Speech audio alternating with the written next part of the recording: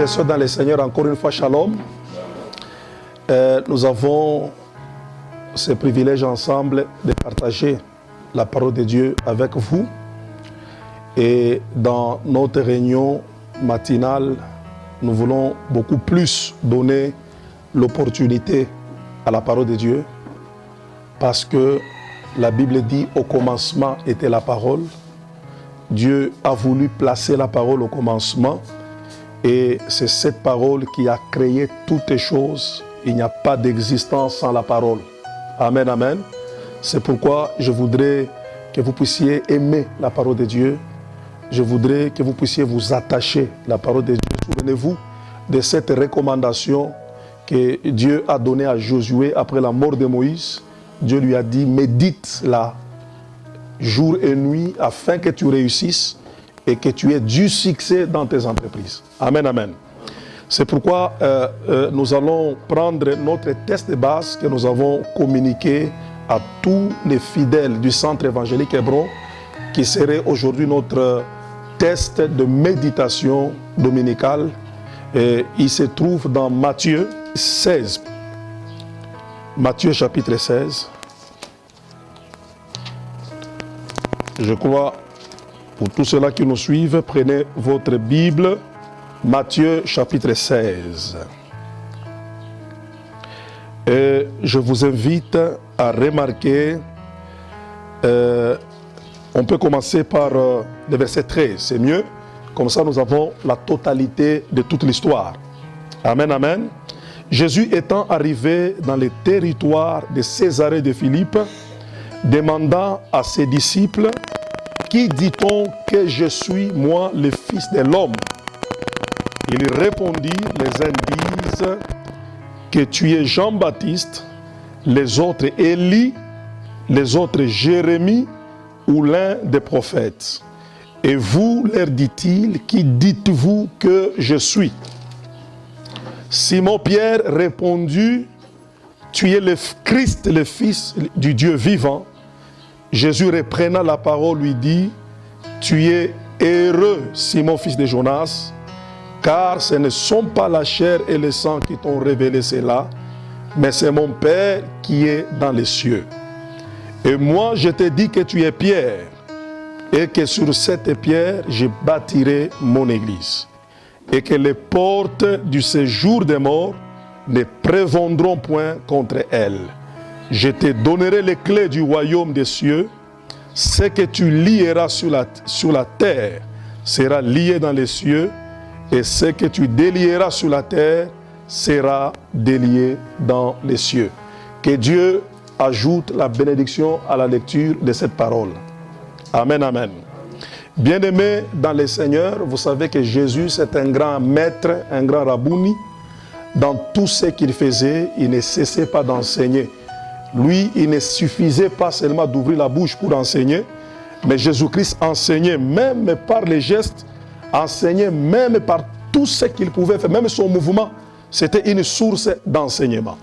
Ici, dans les textes que nous venons de lire, Jésus pose la question à ses siens. Et j'ai voulu les comprendre en profondeur. Il veut savoir ce que ses apôtres, ce que ses disciples, les gens qui sont avec lui, disent de lui. Amen, amen. Qu'est-ce que vous dites de moi? Ou qu'est-ce que les autres disent de moi? Amen, amen. Jésus-Christ pose une question de la connaissance sur sa personne.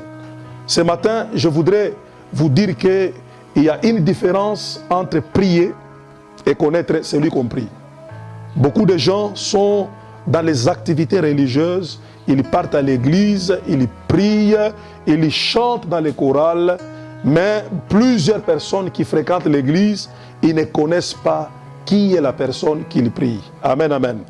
Daniel a dit que ceux-là qui connaîtront leur Dieu agiront avec beaucoup de fermeté. Donc la puissance et l'impact de la vie chrétienne dans ta vie dépend aussi du niveau de la connaissance que tu as par rapport à ces dieux-là. Amen, amen. C'est pourquoi la question de la connaissance de Dieu, c'est une question qu'on ne doit pas négliger. C'est une question qu'on ne doit pas sous-estimer. qu'on ne doit pas sous-estimer, parce qu'il n'y a pas un danger dans la vie chrétienne comme l'ignorance. Amen, amen. La Bible dit, en Osée chapitre 4, je crois le verset 16, que si mon peuple est détruit, ce n'est pas parce qu'il ne prie pas, ce n'est pas parce que le diable est fort, ce n'est pas parce que les démons sont très nombreux. Une seule question, ou une seule raison qui fait que le peuple peut périr, c'est le manque de connaissance, manque de la connaissance. L'ignorance, c'est un avantage au royaume des ténèbres. C'est pourquoi l'apôtre Pierre, lorsque vous lisez dans 2 Pierre chapitre 1, au verset 2, que la grâce et la paix de Dieu vous soient multipliées par la connaissance de Dieu et de Jésus, notre Seigneur. Donc, si vous voulez abonder dans la paix de Dieu, vous voulez être dans les shalom de Dieu, vous voulez être calme dans votre vie, vous n'êtes pas agité, vous n'êtes pas déstabilisé, vous voulez être une personne rassurée. Je vous dis la vérité, c'est dans la connaissance de Jésus-Christ et dans la connaissance de Dieu que vous pouvez multiplier votre paix et vous pouvez multiplier votre bénédiction. Amen, amen. Et il continue à dire que comme sa divine puissance nous a donné tout ce qui contribue à la vie, pas la moitié, mais tout ce qui contribue à la vie et à la piété au moyen de la connaissance de celui qui nous a appelés par sa propre gloire et par sa vertu. C'est que Dieu nous a déjà tout donné, tout. Dieu t'a déjà tout donné, tout ce qui est nécessaire à ta vie, tout ce qui est nécessaire à ta piété. Mais pour que tu vives cela, pour que tu expérimentes cela, l'apôtre Pierre dit, c'est au moyen de la connaissance de celui qui vous a appelé. Amen, amen. C'est que la divine puissance, elle a tout disposé pour ta vie, mais au moyen de la connaissance de celui qui t'a appelé. C'est pourquoi, bien-aimé dans le Seigneur, si tu connais l'importance de la connaissance de Dieu, Pierre va plus loin. Il dit, c'est pourquoi je vous exhorte. Faites tous vos efforts. Faites tous vos efforts. Ça veut dire, c'est maintenant une question de responsabilité. C'est votre devoir, c'est votre responsabilité de fournir les efforts pour ajouter à votre foi la connaissance. La connaissance. Parce que la connaissance va te donner l'accès à la grâce et à la paix de Dieu. La connaissance va te donner l'accès à expérimenter ce que la divine puissance a déjà opéré dans ta vie. C'est pourquoi, bien-aimé dans le Seigneur, je me joins à la prière de l'apôtre Paul faite à l'église d'Éphèse. Il dit, j'ai appris à parler de votre foi et de votre charité envers les saints. Je fais mention de vous dans mes prières, afin que le Père de notre Seigneur Jésus-Christ vous donne un esprit de sagesse et de révélation dans sa connaissance. Vous devez être ouverts, vos yeux doivent être ouverts dans la connaissance de Jésus-Christ. Sinon, vous risquerez de continuer à vous plaindre. Dieu m'a abandonné, je ne vois pas clair dans ma vie spirituelle, et tout est bloqué. Alors que c'est ton ignorance qui crie, alors qu'en réalité, dans la volonté parfaite de Dieu, il a déjà tout pourvu à ta vie. Amen, amen. Bien-aimés dans le Seigneur, nous devons tous fournir aujourd'hui le temps de la fin, c'est le temps de la connaissance de Dieu. Le temps de la fin, c'est le temps de la révélation divine. Le temps de la fin, c'est le temps où la connaissance de l'Église, la connaissance des chrétiens doit s'élever au-dessus de tout, surtout à ce qui concerne les sauveurs et les seigneurs de gloire Jésus-Christ. Nous devons les connaître parfaitement. Amen, amen. Ce matin, que Dieu éclaire les yeux de votre cœur. Ce matin, que Dieu vous donne un esprit de révélation. Ce matin, que Dieu vous donne un esprit de sagesse dans sa connaissance, afin que vous puissiez connaître celui que vous priez, celui que vous adorez, celui que vous invoquez, car c'est en les connaissant que vous aurez l'impact et vous allez vous distinguer avec les autres personnes. Amen, amen. Qu'est-ce que les gens disent de moi? C'est une grande question pour vérifier la connaissance des apôtres par rapport à la personne qui les suivait, Jésus de Nazareth. Alors, ils ont commencé à répondre. Ils ont dit, les uns disent que tu es Jean-Baptiste. Imaginez un peu, il y a des gens Jésus-Christ pour lui c'était Jean-Baptiste. Jean-Baptiste. Imaginez un peu si tu réduis Jésus à Jean-Baptiste, tu risques de ne pas expérimenter la totalité de l'onction messianique parce que tu n'expérimenteras que le baptême d'eau et la conversion. Et ils ajoutent en disant, les autres disent que tu es Jérémie. Tu es le prophète Jérémie de l'Ancienne Alliance. D'autres disent que tu es Élie, celui qui a invoqué le feu, celui qui a stabilisé la foi des enfants d'Israël sur le mont Carmel. Et ils disent que on ne connaît pas aujourd'hui ce que tu es parce que d'autres disent que tu es l'un des prophètes. C'est indéfini. Tu es l'un des prophètes, tu es l'un des pasteurs, tu es l'un des évangélistes ou quelqu'un qui prie Dieu.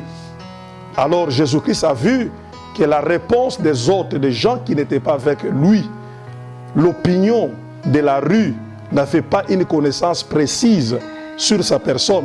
Et voilà pourquoi il se tourne pour demander à ses siens, à ceux-là qui étaient connectés à lui, les apôtres, ils leur disent maintenant, et vous, qu'est-ce que vous dites de moi? Amen, amen. Bien-aimés dans le Seigneur, je voudrais que vous compreniez que il doit toujours y avoir la différence entre la manière de connaître Jésus-Christ de ceux-là qui ne sont pas avec lui, qui ne prient pas Dieu, qui ne le fréquentent pas, qui ne sont pas en relation avec lui, et la connaissance de ceux-là qui le fréquentent, qui sont connectés à lui, qui l'adorent et qui croient en son nom. Nous ne devons pas avoir la même connaissance de Jésus-Christ qu'ensemble avec le monde. Non. Nous ne devons pas les connaître comme le monde les connaît. Nous ne devons pas les déclarer comme les nations les déclarent. Non. Nous qui les fréquentions, nous qui sommes connectés à lui, nous devons avoir notre particularité dans la manière de les connaître parce qu'il nous a fait la grâce de nous placer dans une relation avec lui. Nous sommes en relation avec lui, nous sommes en communion avec lui, nous devons les connaître aussi d'une manière particulière. Quelqu'un me dit Amen. Si tu as la même connaissance de l'école, qu'on t'a appris Dieu à l'école, dans l'école théologique, mais tu ne peux pas donner une définition, une connaissance de Jésus-Christ que tu as tirée par la révélation qu'il t'a donnée ou par ta relation particulière avec lui, je te dis la vérité, ta vie chrétienne n'aura aucun impact et ta vie chrétienne ne sera pas différente de la vie des autres personnes qui parlent de Jésus selon leur propre manière. Amen, amen. Parce que l'unique chose qui t'élèvera et l'unique chose qui fera ta joie, c'est ton accès à la révélation de ton Dieu. Je répète encore, l'unique chose qui va te distinguer dans ta vie chrétienne, c'est la manière dont tu accèdes à la révélation de ton Dieu. Vous savez, même ta crainte de Dieu sera fondée sur la manière dont tu connais ton Dieu. La manière dont tu le connais te permettra de parler de lui d'une certaine manière. La manière dont tu le connais te permettra de l'adorer d'une certaine manière. La manière dont tu le connais te permettra aussi de le servir d'une autre manière. C'est pourquoi j'aimerais à partir d'aujourd'hui que tu ne sois pas un généraliste dans la connaissance de ton Dieu. Il faut que tu aies une connaissance particulière, une connaissance appropriée, qui est propre à toi.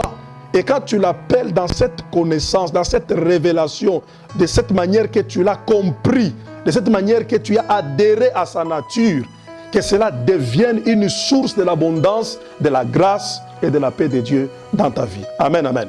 Qu'est-ce que vous dites de moi? Parce que ce que vous devez dire doit être différent de ce que les autres disent sur la route. Ce que vous dites de moi ne doit pas être le même avec ce que les autres qui ne sont pas avec moi disent sur ma personne. Et ce jour-là, je ne sais pas ce qui s'est passé. L'apôtre Pierre va s'élever, pas par le courage, parce que c'était un homme audacieux. Imaginez quelqu'un qui a défié les autres apôtres de marcher sur les eaux, mais cette fois-ci, il n'était pas poussé par la chair, poussé par l'esprit. Il s'élève au milieu des autres disciples, des autres apôtres, il lui donne cette réponse. Il dit, Seigneur, toi, Tu es le Fils du Dieu vivant, le Messie qui devait venir. Tu es le Fils du Dieu vivant, le Messie qui devait venir. La Bible déclare à cette réponse, par rapport aux autres réponses passées, Jésus-Christ est tressailli de joie.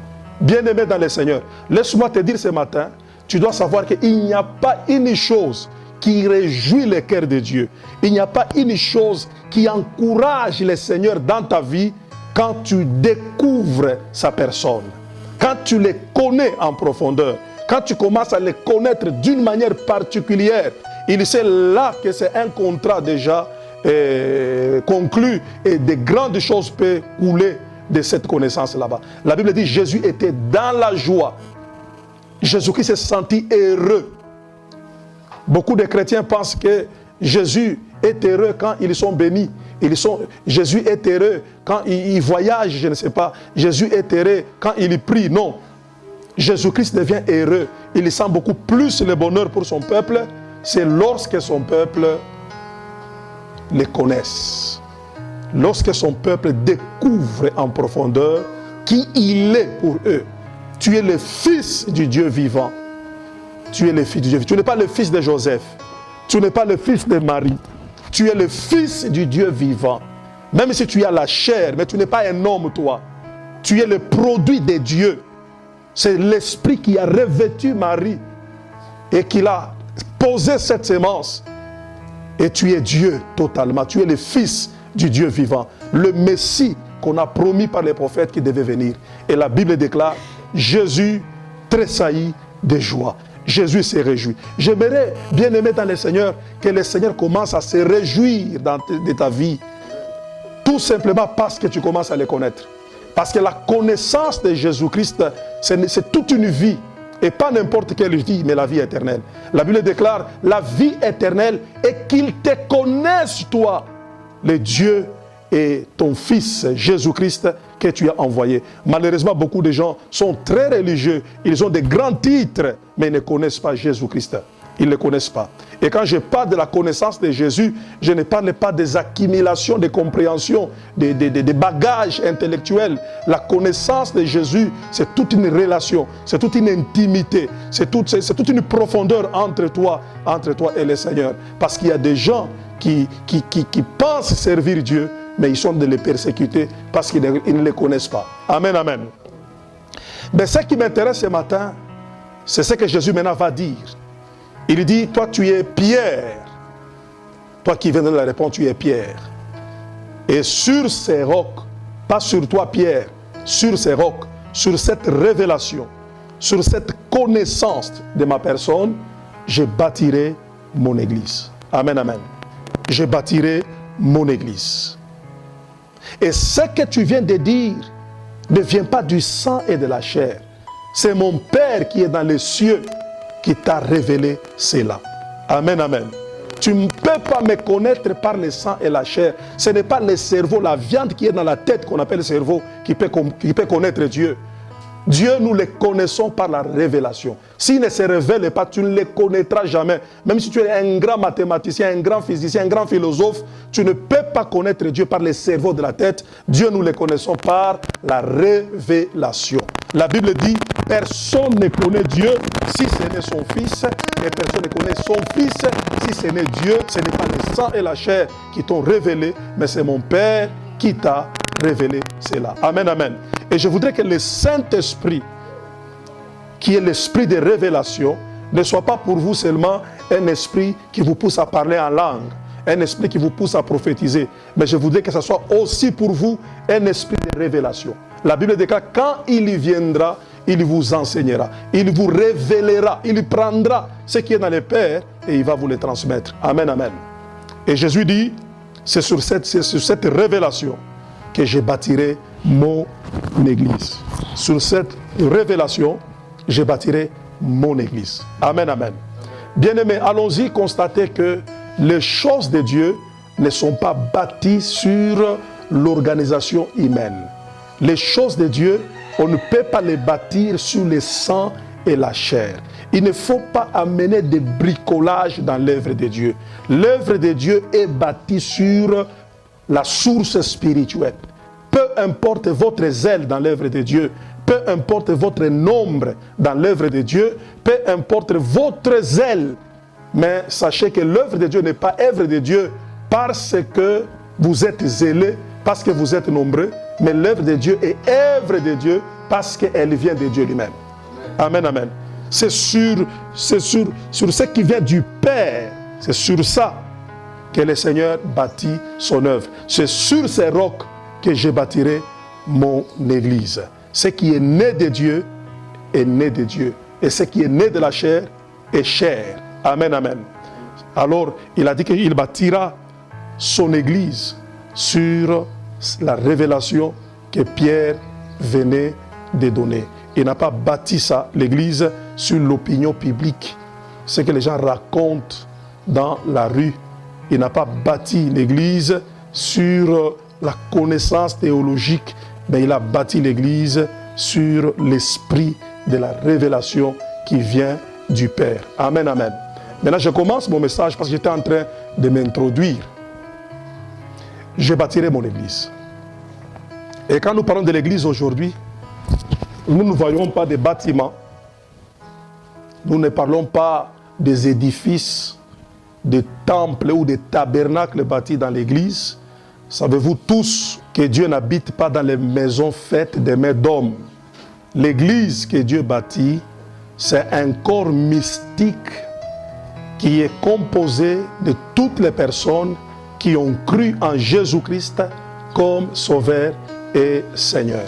Ces gens-là, spirituellement, ils forment un corps. Ils forment un corps dont Jésus-Christ lui-même est la tête de ces corps-là. Amen, amen. Et on appelle ces corps-là l'église. Bien sûr, l'église peut se rassembler dans des endroits bien déterminés. On appelle ça l'église locale. Mais ce n'est pas de cette église que Jésus a bâti. Jésus-Christ a formé les corps avec toutes les personnes qui ont cru en son nom. Toutes les personnes qui se sont identifiées dans son œuvre de la croix du Calvaire. Toutes les personnes qui ont reconnu qu'il est le Fils du Dieu vivant. Toutes les personnes qui s'appuient sur lui. Jésus-Christ, spirituellement, il a formé un corps. Ce corps est mystique parce que lui, ce corps est mystérieux. Il a une tête qui s'appelle Jésus-Christ et les autres membres, c'est la constitution des chrétiens du monde entier. Donnez-moi un grand amen. Il dit, je bâtirai mon église sur la révélation, pas sur le sang et la chair. Et cette église que Jésus bâtit, d'abord le verbe qu'il conjugue, il dit je bâtirai, il le conjugue au futur, je bâtirai. Donc il fallait qu'il meure à la croix pour que l'église commence. Je bâtirai mon église. Donc il n'avait pas encore bâti, il dit je bâtirai mon église. Mais ce qui m'intéresse ce matin, c'est la promesse qu'il va attacher à cette œuvre. C'est la promesse qu'il va lier à cette œuvre qu'il voulait bâtir, qu'on appelle l'église. Il dit les portes du séjour des morts ne prévaudront point contre elle. Amen, amen. L'église que moi je ferai, l'œuvre que moi je bâtirai, j'y attache une révélation. C'est la révélation qui a les caractéristiques de la victoire. Il dit les portes du séjour des morts ne feront rien contre mon œuvre que je vais bâtir. Amen, amen. J'aimerais ouvrir une parenthèse. Vous savez que Dieu, lui-même, il a la foi. Dieu a la foi. Il n'y a pas quelqu'un qui croit comme Dieu. C'est pourquoi tous ceux-là qui le fréquentent ne doivent que le fréquenter par la foi. Amen, amen. Ça ne sert à rien d'essayer de faire quelque chose qui ne tiendra pas. Ça ne sert à rien de faire quelque chose qui ne tiendra pas. Et ça ne sert à rien de me poumonner à bâtir une église qui sera balayée, bousculée, emportée par n'importe quel vent. Il dit, je bâtirai mon église. Mais cette église, attention, ne sera pas n'importe quelle église, ne sera pas n'importe quelle maison, ne sera pas n'importe quel corps qu'on peut emporter par le virus, qu'on peut emporter par les décideurs du monde, qu'on peut maîtriser par un dictateur, qu'on peut, je ne sais pas, stopper par un diable qui a une queue rouge. Non. L'église que moi je bâtirai, toutes les personnes qui croiront en mon nom, qui vont constituer ce corps mystique-là, je vais attacher à leur vie une promesse de la victoire. Il dit, les portes de ce jour des morts ne prévaudront point contre elle. Donnez-moi un grand amen. Peut-être quand nous parlons de porte du séjour des morts, tu ne comprends absolument rien. Lorsque nous parlons de portes, nous ne voyons pas des issues d'entrée ou de sortie où on doit ouvrir, où on doit fermer. Non, non, non. Dans la Bible, quand on parle de portes, on voit des endroits de décision. Les sphères de décision. Dans l'Ancien Testament, les anciens se retrouvaient soit en dessous d'un arbre ou, je ne sais pas, dans un lieu bien déterminé où ils se réunissaient pour prendre des décisions qui avaient une grande influence sur le peuple, qui avaient une grande influence sur la nation ou sur les nations des alentours. Cet endroit où les gens venaient prendre des décisions pour influencer les autres, on les appelait les portes. Amen, amen. C'est ce qu'on appelle une porte. C'est comme aujourd'hui, par exemple, les temples de la démocratie, les palais du peuple, là où les députés se réunissent pour voter des lois qui vont influencer toute une nation. Cet endroit-là, on peut l'appeler une porte. Et une porte dans la Bible, ou les portes dans la Bible, ce sont les endroits de décision qui ont une grande influence sur d'autres personnes. C'est que quand Jésus dit les portes du séjour des morts ne prévaudront point contre l'Église, il est en train de parler sur les décisions du monde des ténèbres. Amen, amen. Il est en train de parler sur l'influence, les pouvoirs, l'autorité qui peuvent agir dans le monde pour influencer le monde négativement, mais ils n'auront rien comme impact, ils n'auront rien comme influence sur ce qu'on appelle l'Église. Amen, amen. Alléluia. C'est ça la dimension dans laquelle Jésus-Christ se place son Église. Il dit, je ne bâtis pas seulement l'Église, mais je bâtis un instrument, je bâtis une armée qu'on ne pourra pas maîtriser. Je colle à cette œuvre une promesse qui les place au-dessus des influences, des décisions maléfiques, des puissances des ténèbres, des esprits du pandémonium, des esprits du séjour des morts. Amen, amen. Et je me pose la question, pourquoi Jésus-Christ a fait seulement allusion au séjour des morts? Pourquoi il n'a pas dit les portes des maladies? Pourquoi il n'a pas dit les portes de la crise? Les portes, par exemple, politiques? Pourquoi il dit seulement les portes du séjour des morts? Laisse-moi vous dire la vérité, nous les chrétiens, notre véritable ennemi c'est la mort. Donnez-moi un grand amen. Amen. Notre véritable ennemi c'est la mort. Le véritable ennemi de l'humanité c'est la mort. Parce que devant la mort, je ne vois pas aucun homme qui peut maîtriser la mort. Je ne sais pas si vous savez quelqu'un qui peut défier la mort. Je ne sais pas. Aujourd'hui, les grands scientifiques, les grands philosophes, les grands politiciens, ils sont dans le confinement.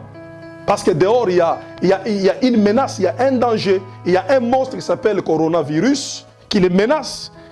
Et combien de grands sont alités à l'hôpital parce qu'ils sont terrassés par la maladie. Et vous savez que la finalité de la maladie, c'est la mort.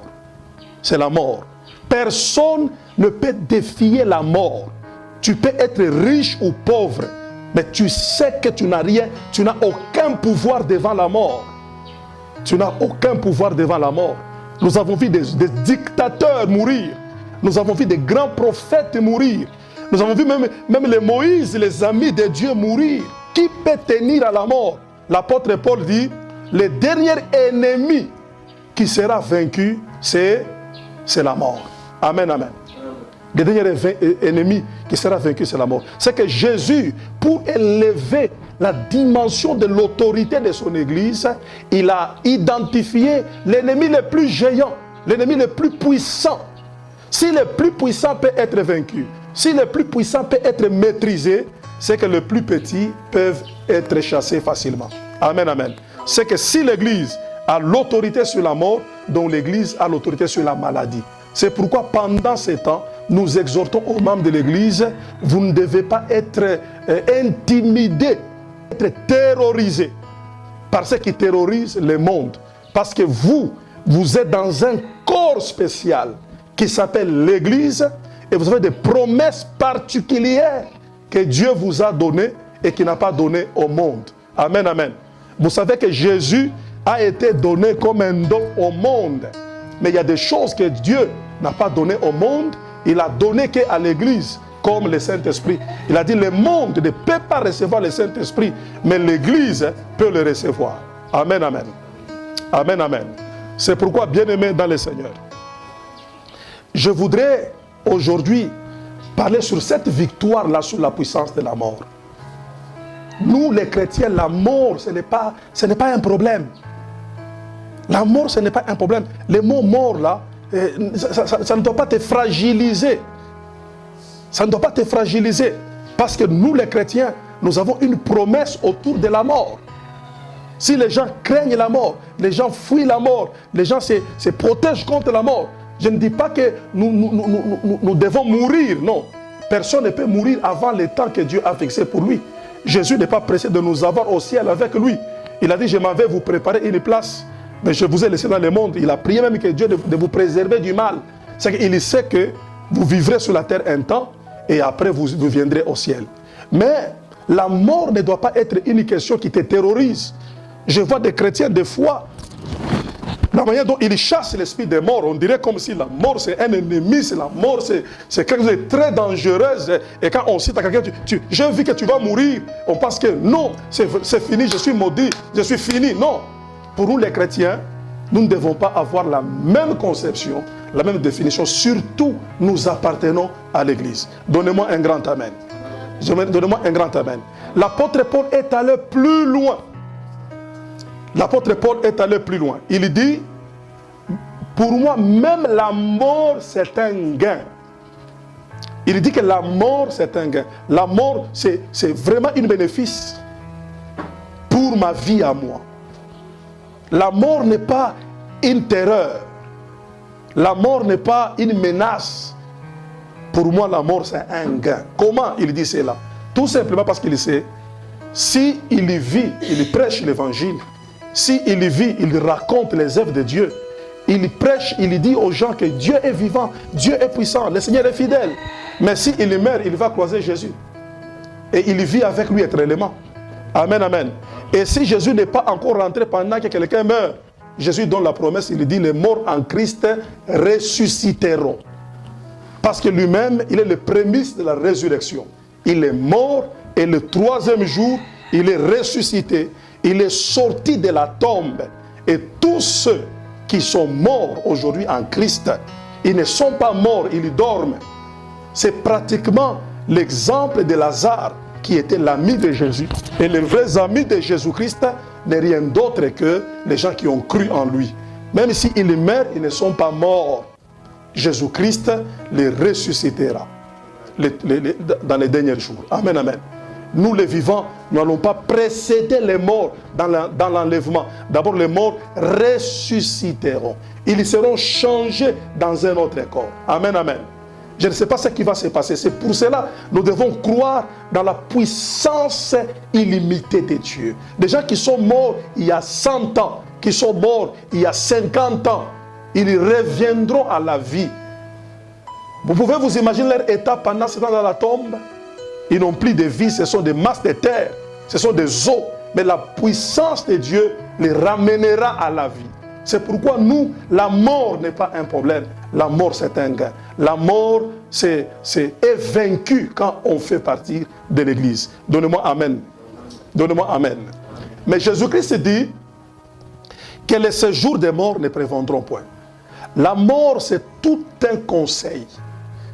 Il a des grands partenaires avec qui il travaille, avec qui il siège dans les conseils des méchants pour essayer d'exterminer la terre, pour essayer de paralyser les humains. Tout ce que vous voyez aujourd'hui, les maladies, les virus, les problèmes, la crise, les difficultés, la finalité, c'est pour amener tout à la mort. Et quand on parle de la mort, on ne voit pas seulement la mort physique. Il y a la mort économique, il y a la mort, la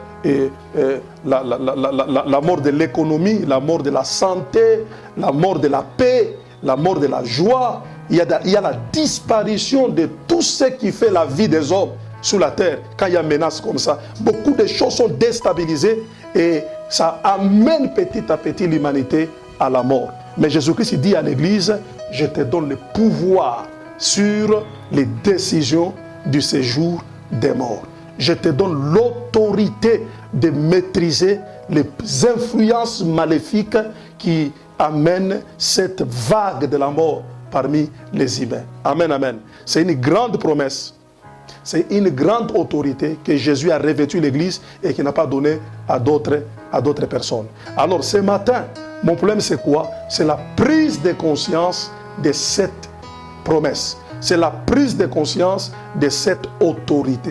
C'est la prise de conscience de ce pouvoir. Tu ne dois pas parler, tu ne dois pas verbaliser la mort dans ta bouche comme quelqu'un qui n'est pas conscient de la promesse que Dieu lui a faite. Amen, amen. Pendant ces temps de la fin, et surtout pendant ces temps de la crise, s'il y a une chose qui doit nous caractériser, nous devons être ivres, nous devons être conscients de notre autorité. Même si tu n'as pas mangé, même si tu n'as pas l'argent dans la poche, mais tu ne dois pas oublier qui tu es. Qui tu es. Parce que devant les obstacles, devant les défis, on ne se pose pas la question, qu'est-ce que je dois faire? Parce que si tu veux faire quelque chose, tu risques de faire même des bêtises. Devant un défi, il faut se poser la question, qui tu es? Il faut que tu découvres plutôt ton identité. C'est pourquoi Jésus dit, qui suis-je? Le jour où tu connaîtras qui tu es devenu, quand tu as cru en Jésus-Christ, c'est le jour où tu vas commencer à maîtriser beaucoup de choses dans ta vie. Amen, amen. L'apôtre Paul dit, ne savez-vous pas que celui qui est en vous, celui qui est en vous, il est plus fort que celui qui est dans le monde. Mais si tu marches dans le monde, tu es plus conscient de ce qui est en dehors de toi, mais tu continues à ignorer ce qui est en toi, je te dis la vérité que tu n'influenceras pas et tu n'auras pas l'impact sur la terre, alors que tu fais partie de l'Église. Donnez-moi un grand amen. Bien-aimés dans le Seigneur, c'est très important que nous soyons conscients. La plus grande maladie, c'est l'ignorance de ce que tu es devenu en Christ. Celui qui n'était pas en Christ avant, il n'est pas le même quand il est devenu en Christ. La Bible déclare, à tous ceux qui l'ont reçu, il leur a donné le pouvoir de devenir enfant de Dieu. Devenir un chrétien ou membre de l'Église n'est pas juste une appellation, c'est tout un pouvoir. Quand tu crois, tu deviens. Paul dit, ne savez-vous pas que celui qui est en vous là, il n'y a pas un vide.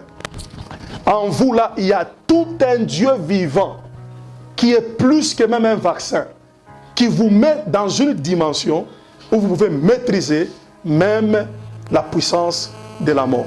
Bien-aimés dans le Seigneur, ce matin, je voudrais que chacun réveille sa conscience.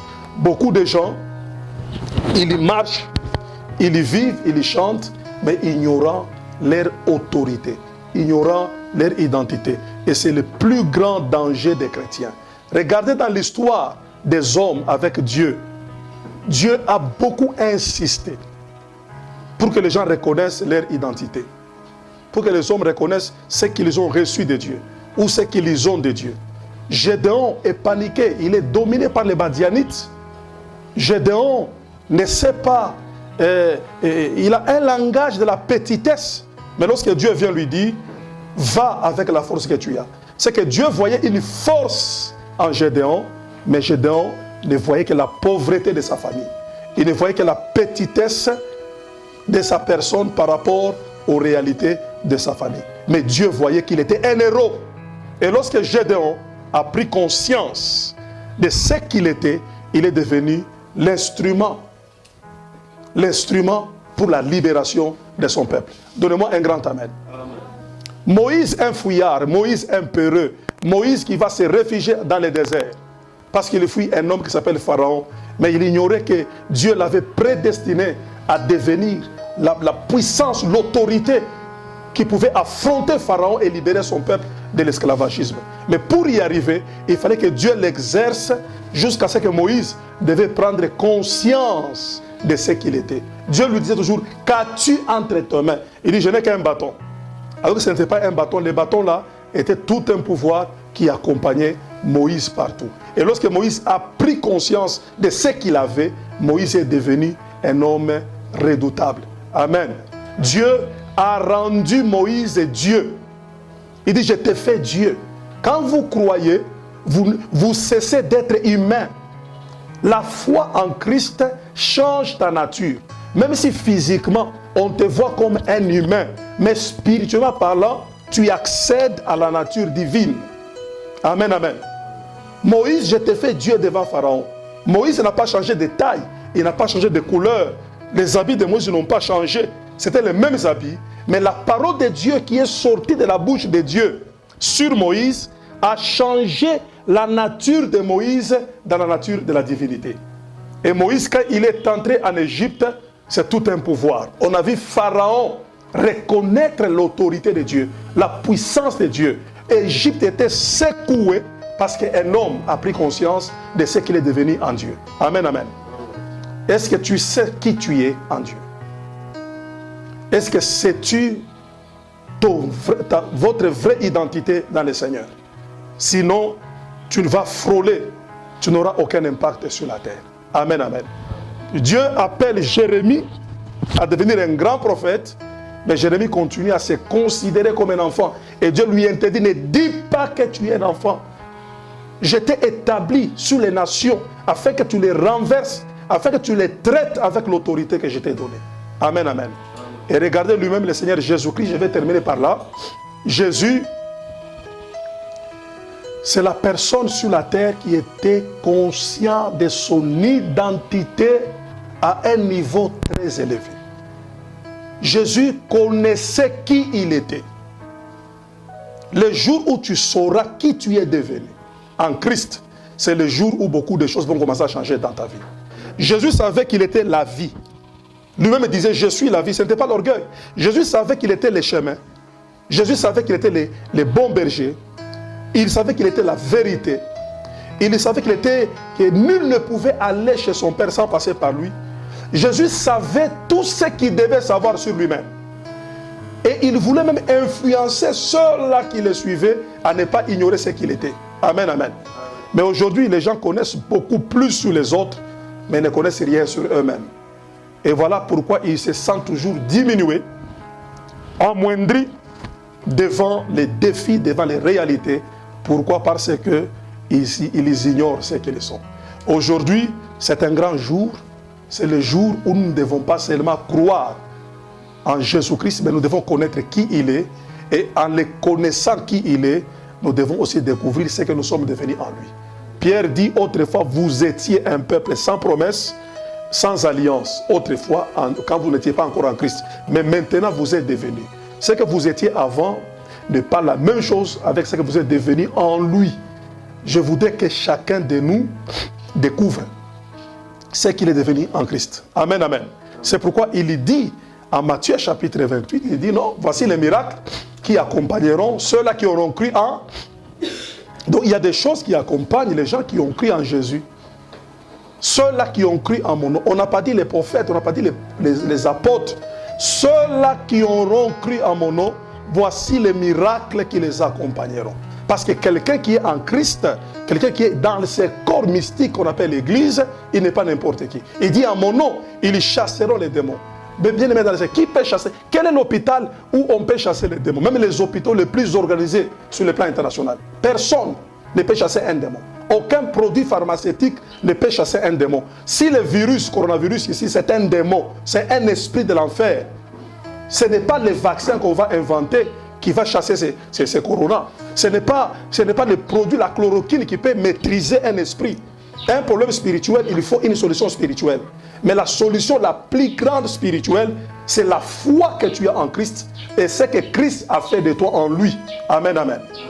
La Bible dit, ils boiront le breuvage mortel. Ils prendront des choses qui ont la mort en eux. Mais cette mort n'agira pas dans leur vie. Pourquoi? Parce qu'ils sont connectés à un corps qui a une promesse supérieure. Bien-aimé dans le Seigneur, s'il y a une chose que tu dois cesser de faire, c'est de se mépriser. C'est de se mépriser. Ne définis pas ta vie par rapport à tes avoirs. Ne définis pas ta vie par rapport aux circonstances que tu traverses. Ne définis pas ta vie par rapport à ce que les autres disent de toi, mais définis ta vie par rapport à ce que Dieu dit de ta personne. Amen. Tu es ce que Dieu dit que tu es, tu n'es pas ce que les hommes disent que tu es. Tu n'es pas ce que le monde a déclaré sur toi, mais tu es ce que Dieu dit que tu es dans le monde. Amen, amen. C'est cette conscience, c'est cette considération qui va te placer même au-dessus des ennemis les plus élevés de ta vie. Amen, amen. Et cela est très important. C'est pourquoi ce matin, nous avons tous cette responsabilité-là de revenir dans l'identité, de revenir dans la conscience que Dieu nous a donné. Sinon, nous ne savons pas les prochains numéros que le diable a réservés à l'humanité. Aujourd'hui, c'est le coronavirus. Demain, nous ne savons pas ce qui peut arriver. Mais le grand problème, il faut qu'on pose la question, qui es-tu? Qui es-tu? Quelle est ton identité? Tu es quel type d'homme?